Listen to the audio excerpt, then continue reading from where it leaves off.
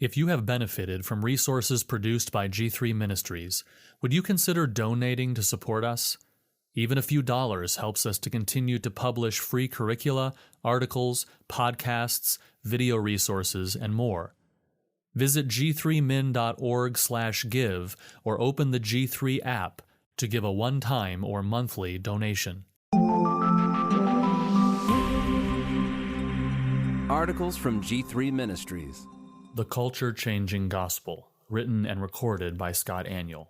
One of a missionary's most challenging issues is the relationship between worship and culture as they plant indigenous churches. Two extremes exist. On the one hand are missionaries who simply impose American culture on the foreign church. On the other hand are those who indiscriminately adopt the native culture in their worship. Several years ago, my wife and I had the opportunity to speak at a conference in Curitiba, Brazil. While there, I spent some time talking with a man named Hober, who grew up in the Ticuna tribe in the Amazon jungles, and my conversation with him proved very helpful in answering this difficult question. Christian missionaries reached Hober's tribe about a generation ago. Prior to that, the Ticuna's culture was filled with rites, ceremonies, and music that communicated their values of spiritism, witchcraft, and other expressions of paganism. When the missionaries first arrived, they witnessed a young girl endure a rite of passage ceremony in which all of her hair was plucked out. This ceremony was accompanied by days of drunken orgy, drumming, and ritual music. Such was the Ticuna's indigenous culture. You can read about one of the first missionaries' work with the Ticunas in Port of Two Brothers by Paul L. Schlenner. I asked Hober if missionaries imposed their culture upon the tribal people. His answer was simple. No, the missionaries did not change their culture. The culture of the Ticuna tribes was changed by the gospel. He said, "Little by little we realized that our culture did not fit with what the gospel teaches." After the gospel permeated Ticuna culture, the villages that were Christianized saw marked changes.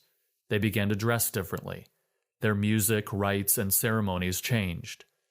Hober said they still observed some of the holidays they once did, but these days are now treated more as times to instruct their children about the kinds of things they used to do and how things are different now. Their old culture was an expression of their pagan value systems. The gospel changed their values, and therefore their culture changed. This real-life example flies in the face of popular missiologists' definition of contextualization today. Did the missionaries contextualize? Well, certainly. They converted the Ticuna language into a written form and translated the Bible. They didn't make the natives wear suits to church, although their dress certainly changed. They communicated the gospel to the Ticuna culture, and as a result, their culture changed. Ironically, some may say those changes look Western or European. But this doesn't mean everything changed. Certain kinds of weaving and jewelry craft continue to this day.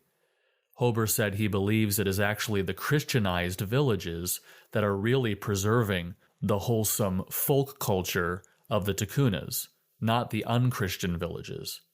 The pagan villages are forgetting these beautiful artistic skills because they are enamored by another kind of culture, a truly imperialist kind, pop culture. American culture has already invaded the tribes, and it is not because of the missionaries. Hober related that natives travel hours to secure TVs, radios, and generators. They hook up elaborate antenna systems, and they hunger to partake of whatever pop culture they can through those media. So, to insist that American missionaries should try to somehow preserve indigenous cultures fails on 2 points. First, some indigenous culture is debased and expresses pagan values that contradict gospel living. Second, most indigenous culture has already been invaded by American pop values anyway. Pop culture destroys legitimate folk cultures. There really are very few purely indigenous cultures anymore, and where they are probably so cut off from any gospel influence as to render them entirely anti-gospel. The really interesting thing is that when Hober was growing up, as he listened to a Christian shortwave radio station, sometimes the station played classic hymns, and sometimes it played contemporary Christian music. Hober said that his favorite music to listen to was always the hymns because they just seemed to best express Christian sentiment, though at the time he could not understand the words because he could not yet speak Portuguese. His conclusions came not from some radically conservative American imperialist missionary. No, when Hober surveyed the music of his own culture, Western pop culture, or the Western classical tradition, his regenerated heart discerned quote-unquote Western classical hymns to be the best expression of Christian values and worship. This enlightening discussion with Hober confirmed something that had already been growing in my understanding. In missions endeavors, the issue is not whether Western culture will invade the indigenous culture. Western pop culture has already permeated most of the world. The issue is that many cultural forms, both Western pop expressions and pagan indigenous idioms, do harm to the gospel and must therefore be rejected in missions endeavors. And as Hober so eloquently yet simply expressed, it won't be Western imperialist missionaries who change the pagans' culture. The gospel will handle that all on its own. You can read this essay at g3min.org.